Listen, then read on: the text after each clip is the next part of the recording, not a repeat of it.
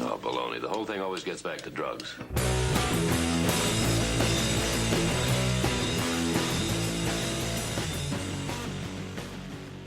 Hello, my name is Sandro Graca and I'm a licensed acupuncturist.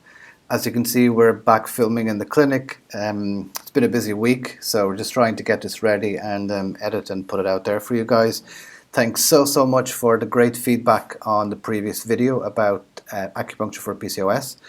It's been great and especially very motivational, so we're getting loads and loads of stuff prepared that we can then put out to all of you. So keep them coming, and questions, keep them coming, because we've been working on the platform to have that one-to-one scenario with other practitioners, which will be really soon. So subscribe so that you know and you're the first one to be notified. Shortly after the video was out last week, I got a message from Lauren Brown. You remember Lauren from one of the first few videos.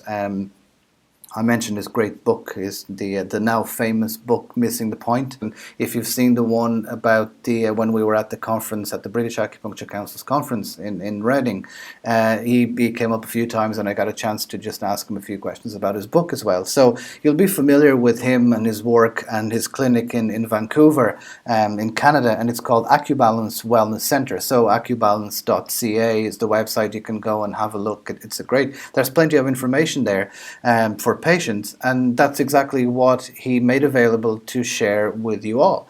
So he gave me more information on PCOS that he uses for in the clinic for the patients. Polycystic ovary syndrome, that's what PCOS stands for, is hormonal imbalance that affects women and is one of the leading causes of infertility.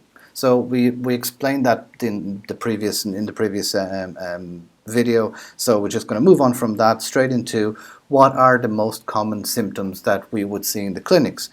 So the most common symptoms associated with PCOS can be trouble getting pregnant or holding a pregnancy, infrequent, delayed or no periods. So remember we talked about this, the oligomenorrhea or amenorrhea, acne, excess body and facial hair, thinning hair, cystic ovaries, so it'll be seen on the ultrasound scan, overweight, patches of thick dark colored skin, especially around the neck. So that will be for those who know it, they'll know exactly what it looks like. Skin tags, sleep apnea, depression or anxiety. So this is not a full list, it's just the most common ones seen in the clinic.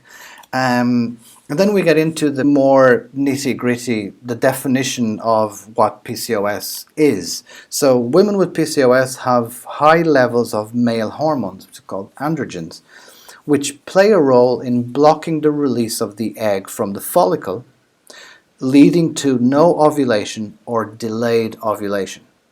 Okay?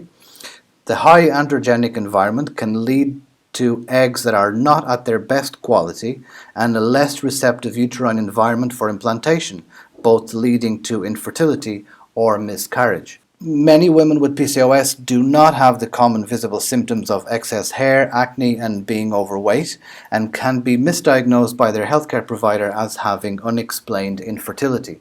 So not only this is a very common condition seen in the clinic, a lot of the times it's only after more investigation that we realize that that was actually PCOS. And despite some of the symptoms, the common ones not being out there visible, once we proceed and do more tests and we ask them to either go back to the GP or go to the gynecologist, go to the endocrinologist, once we start getting all those pieces of information along with our own TCM diagnosis, and sometimes, even with the reaction that we're seeing from what we are doing with the acupuncture points and how things are reacting, we are getting ideas of, I want you to go and check this, I want to talk to your GP, I want to hear something I want you to bring to your gynecologist the next time that you go in. So again, we go back to why communication is so important.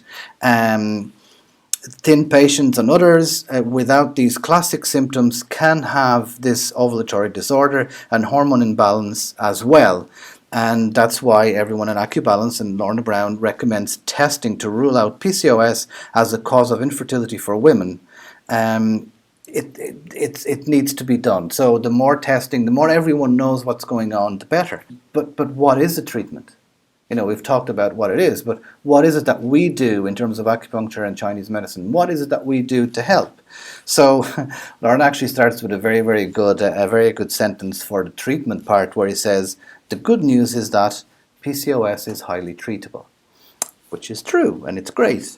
The approach includes conventional fertility testing. Again, it's really important that we know exactly what hormones are there at play, because it just gives us a little bit more on the what to expect, and something that I want to talk about in terms of the amount of treatments and the frequency of treatments as well. Additional functional medicine testing to allow us to determine the underlying cause of your hormonal disorder leading to infertility or miscarriage. So not just the common fertility testing, which we talked about, blood tests and scans and stuff like that on previous vlog posts, but actually just go a little bit deeper and do the functional medicine testing as well. Acupuncture strategies shown to treat PCOS, increase blood flow to your reproductive organs and induce ovulation. And just think about that for a moment, because that's going to be something that we will come back to, induce ovulation. Nutritional supplements for PCOS, herbs to reduce insulin resistance and regulate glucose levels. So we talked about the insulin and the resistance in the previous vlog post, so you can go and check it out again. Herbs to reduce high male hormones, prolactin, and support thyroid function. So again, these are just the hormones that we would be focusing a little bit more. Male hormones, so the androgens, your prolactin, and support the thyroid function because of the metabolic rate. Dietary therapy, exercise, and stress reduction techniques to reduce stress hormones that can interfere with ovulation and implantation. And look, I know it's a lot of information. You can pause and rewind and go through this again. You can send us your question.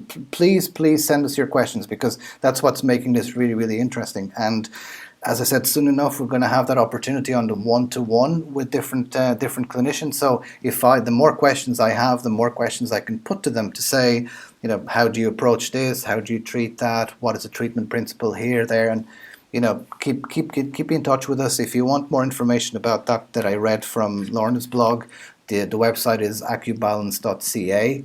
If you want more information from our website, is acupunctureclinic.ie, and leave the comments below, subscribe. We'll keep in touch with when we're going to do the one-to-one.